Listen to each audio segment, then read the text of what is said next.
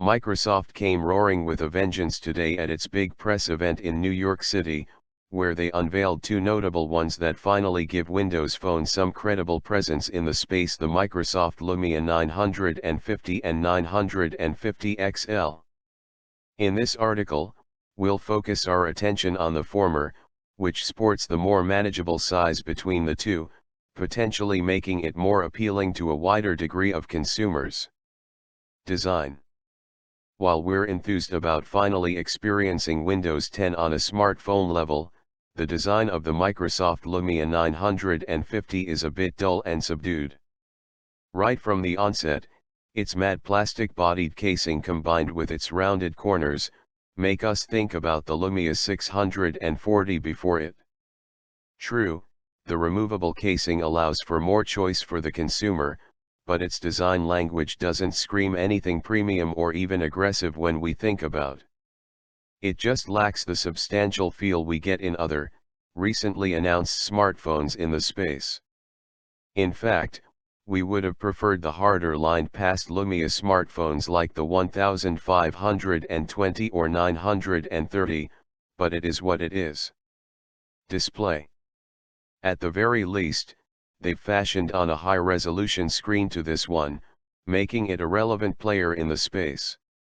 Its 5.2-inch 1440 x 2560 AMOLED display ushers Microsoft smartphones into the Quad HD realm, making for some lovely details that allow us to cram in even more live tiles in the start screen.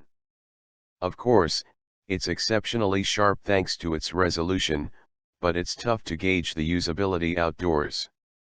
Under the dim lighting conditions at Microsoft's event, it exhibits enough of a potent glow to make it visible to the eyes while still exuding the qualities we know of AMOLED technology.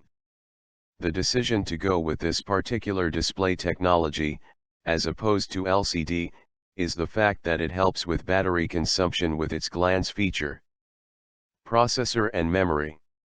Although it's not classified as the highest-end chipset from Qualcomm, the hexa-core Snapdragon 808 SoC with 3 GB gives the Lumia 950 enough pep in its performance to make it enjoyable to use during our initial run-through.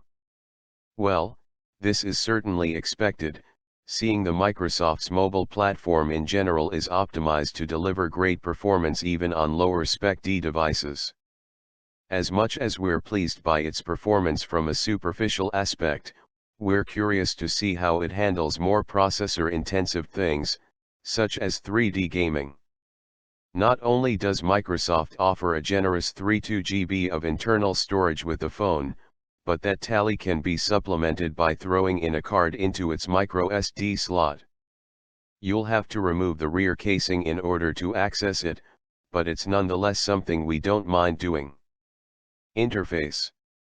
Beyond the high-end specs in tow with the Lumia 950, what's most notable about the phone is that it's one of the first to be running Windows 10, and boy are we excited for it. Spending just a short time playing with the phone, we're quite familiar with its layout and operation. In fact, users currently using a Windows Phone 8.1 device will transition easily to the new platform. We can see, however, that it shares many of the cues we already see in Windows 10 running on a PC. What we're really astounded about, though, is the new Continuum feature that's baked into the experience. Essentially, it turns the smartphone to a fully functioning computer with the aid of this optional accessory dock, one that packs USB and a couple of display ports, to allow us to connect an assortment of devices and peripherals to it.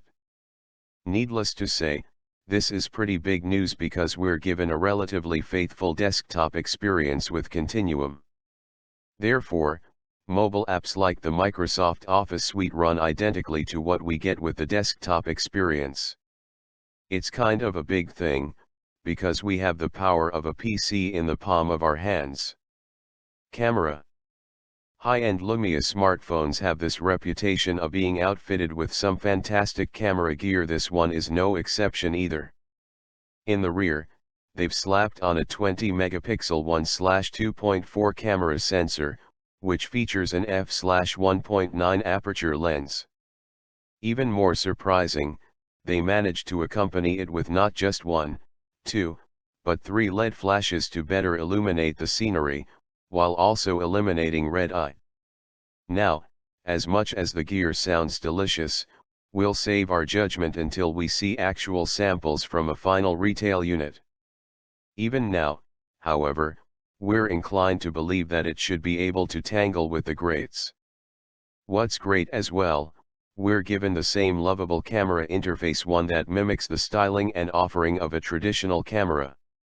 So, with that, it means that manual controls are on board with this one, including with video recording. Interestingly, we notice that we're able to adjust parameters such as the focus and exposure adjustment on the fly, while shooting video. Expectations. We're told that as of right now, AT&T will be the first to get the Lumia 950, which is attached with a full outright cost of $550 when it's released sometime in November. The price is fine and dandy, undercutting some of its competition in the process, but if it pans out being an exclusive with AT&T right from the get-go, it's going to be a really tough time for Microsoft.